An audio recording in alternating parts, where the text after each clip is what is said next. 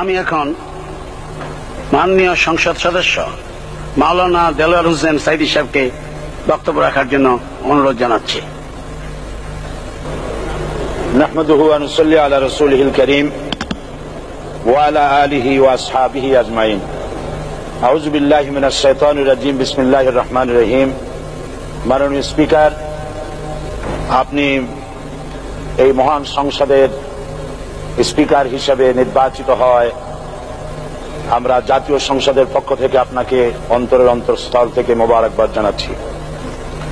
মাননীয় স্পিকার, আমি আজ এই সংসদে দাঁড়িয়ে ওই মহান আল্লাহ পাকের প্রশংসায় সেজদা অবনত হচ্ছি, যিনি 1 অক্টোবরের ব্যালট যুদ্ধের মাধ্যমে সুদীর্ঘ 5 বছরের দুঃশাসন, সীমাহীন দুর্নীতি, ইসলাম বিরোধী কর্মকাণ্ড, দেশব্যাপী ভয়াবহ সন্ত্রাসের মোকাবেলায় 4 দলীয় ঐক্য জোটের মহা বিজয় দান করেছেন এবং যার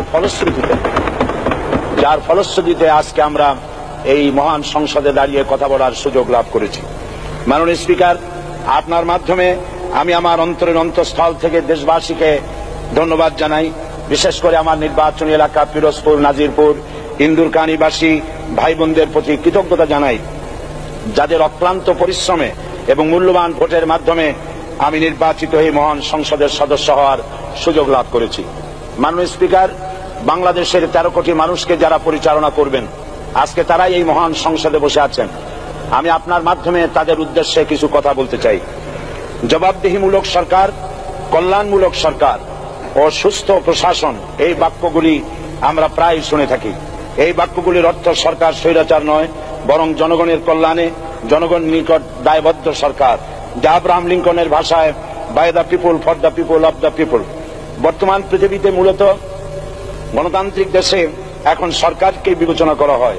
এরূপ সরকারের জনগণের সার্বভৌম ক্ষমতার উৎস হিসেবে বিবেচনা করা হয়, অর্থাৎ সংখ্যাগরিষ্ঠ প্রতিনিধিদের প্রণীত আইনই হল আইন এবং নির্বাচিত হবার পর সরকার হয়ে পড়েন সমগ্র জনগণের, আর বিরোধী দল হয় ছায়া সরকার। মাননীয় স্পিকার, সরকারকে সঠিক পথে পরিচালনার জন্য বিরোধী দলকে অপরিহার্য বিবেচনা করা হয়। বর্তমান গণতান্ত্রিক চেতনা বেশি পুরনো নয়, মানুষ মূলত রাজতান্ত্রিক স্বৈর শাসনের সাথেই বেশি পরিচিত। বস্তুত বর্তমান পৃথিবীতে গণতান্ত্রিক শাসন ব্যবস্থায় জবাবদিহিমূলক, কল্যাণমূলক, স্বচ্ছ প্রশাসনের যে কথাবার্তা আমরা শুনতে পাই, এর প্রথম উপস্থাপক হলেন বিশ্বনবী হযরত মুহাম্মদুর রাসূলুল্লাহ সাল্লাল্লাহু আলাইহি ওয়াসাল্লাম। বর্তমান গণতান্ত্রিক ব্যবস্থাপনার সাথে ইসলামের মূল পার্থক্য হল সার্বভৌমত্বের ধারণা নিয়ে। ইসলামের দৃষ্টিতে সার্বভৌমত্বের মালিক জনগণ নয়, মালিক হলেন আল্লাহ রাব্বুল আলামিন। কিন্তু সরকার গঠন ও পরিচালনা জনগণের ইচ্ছার ভিত্তিতে হতে হবে। জনগণের ইচ্ছার বিরুদ্ধে ক্ষমতায় থাকার অধিকার ইসলামের স্বীকৃত নয়।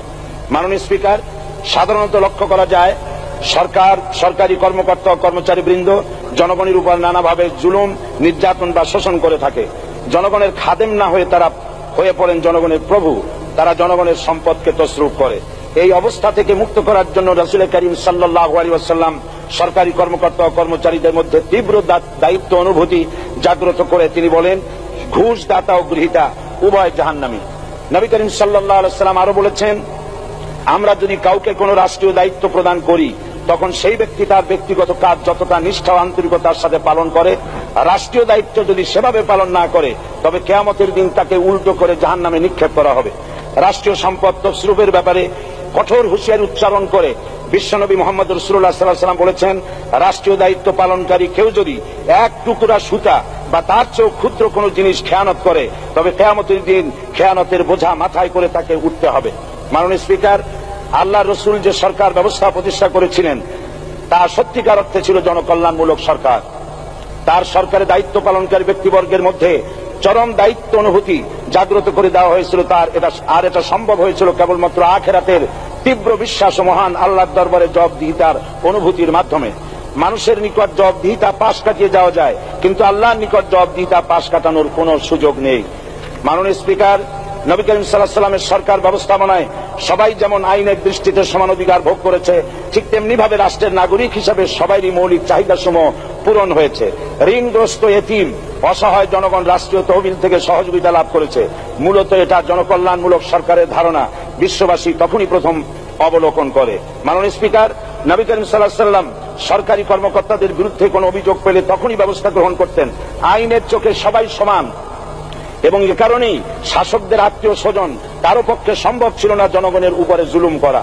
খলিফা ওমর রাদিয়াল্লাহু তাআলা আনহুর এক ছেলে অপরাধী প্রমাণিত হলে সে দণ্ডভোগ থেকে রেহাই পায়নি, এমনকি এতে তার মৃত্যুদণ্ড হয়েছিল। আবার খলিফা নিজেকে আইনের ঊর্ধ্বে মনে করতেন না, তাই বর্ম চুরির ঘটনা আলী রাদিয়াল্লাহু তাআলা আনহু কাজীর দরবারে সাধারণ ফরিয়াদির মতো উপস্থিত হন। নিজের ছেলে ও চাকরের সাক্ষী যথেষ্ট না হয় কাজী খলিফার বিপক্ষে রায় দেন। এখানে বিচার বিভাগ ছিল সম্পূর্ণ স্বাধীন এবং শাসন বিভাগের নিকট তার কোনো দায়বদ্ধতা ছিল না। মাননীয় স্পিকার, এসব হলো ইতিহাস। মুসলমান আজ অনুসরণ করতে চায় না তাদের অতীতের গৌরবোজ্জ্বল কর্মপদ্ধতিকে। সে এখন কাফির মুশরিকদের কিরানক স্বার্থ পূজারী আখেরাতের জবাবদিহিতার শূন্য বাগাড়ম্বর এক জাতি। মাননীয় স্পিকার, যে জাতির এক পূর্বসূরি মাথায় আটার বোঝা বহন করে নিয়ে চললেন আর বলে গেলেন মানুষ কেন, ফোরাতের কূলে যদি একটি কুকুরও না খেয়ে মারা যায় তবে এই ওমর রাদিয়াল্লাহু তাআলা আনহুকে কিয়ামতের দিন আল্লাহর দরবারে জবাবদিহি করতে হবে। আর আজ সেই জাতির দায়িত্বশীলরা জনগণকে অভুক্ত রেখে তাদের মুখের গ্রাসে ভাগ বসায়। জনগণ তাদের নিকট উপস্থিত হলে মনে হয় যেন গোলাম প্রভুর দরবারে উপস্থিত হয়েছে, আর অহেতুক উৎকোচ দাবি করে তাদের উপর জুলুম করছে। আর আল্লাহ পাক জালিমকে কখনোই পছন্দ করেন না। মাননীয় স্পিকার, আমি দৃঢ়ভাবে আশা করি এই অবস্থা কাটিয়ে উঠে আমরা রাসূল করিম সাল্লাল্লাহু আলাইহি ওয়াসাল্লাম কর্তৃক প্রদর্শিত রাষ্ট্র ব্যবস্থার অনুসরণ করে একটি সুখী সমৃদ্ধশালী আধুনিক ইসলামী রাষ্ট্র পরিণত করে বাংলার প্রিয় জন্মভূমি বাংলাদেশকে আজ গোটা বিশ্বব্যাপী শোষণ, নির্যাতন, হানাহানি, অশান্তির মধ্যে, তাই আজ পৃথিবীর অধীর আগ্রহে অপেক্ষা করছে ইসলামের আলোকে এমন এক রাষ্ট্র ব্যবস্থার যেখানে দায়িত্বশীলরা আল্লাহ তাআলার কাছে জবাবদিহিতার পাশাপাশি জনগণ নিকটও জবাবদিহি করতে বাধ্য হবে। মাননীয় স্পিকার, অনেক ত্যাগ ও তিতিক্ষার রক্তের বিনিময়ে গড়ে উঠেছে আমাদের গণতান্ত্রিক প্রতিষ্ঠান এই জাতীয় সংসদ। এই সংসদের সম্মান রক্ষা করার দায়িত্ব আমাদের সবার। গণতান্ত্রিক চর্চা, গণতন্ত্র প্রতিষ্ঠার স্বার্থে আমি আজ প্রধান বিরোধী দল আওয়ামী লীগকে সকল হিংসা, বিদ্বেষ ও পরাজয়ের গ্লানি ভুলে গিয়ে সংসদে যোগদানের উদাত্ত আহ্বান জানাচ্ছি। পরিশেষে আমি আপনার মতো সর্বজন শ্রদ্ধ একজন মার্জিত ও সুশিক্ষিত ব্যক্তিকে এই মহান সংসদের স্পিকার হিসাবে লাভ করে আমরা আনন্দিত হয়েছি। আমাদের সংবিধানের সংরক্ষণ, সমর্থন ও নিরাপত্তা বিধান এবং আপনার অভিভাবক সুলভ নিরপেক্ষ আচরণ ও সংসদকে ধন্য করবে বলে আমরা বিশ্বাস করি। আপনাকে ধন্যবাদ। আসসালামু আলাইকুম ওয়া রাহমাতুল্লাহ। মাননীয় সদস্য মাওলানা দেলোয়ার হোসেন সাঈদী সাহেবকে আপনার তথ্যপূর্ণ ইসলামিক মূল্যবোধ সহ মূল্যবান বক্তব্যের জন্য ধন্যবাদ।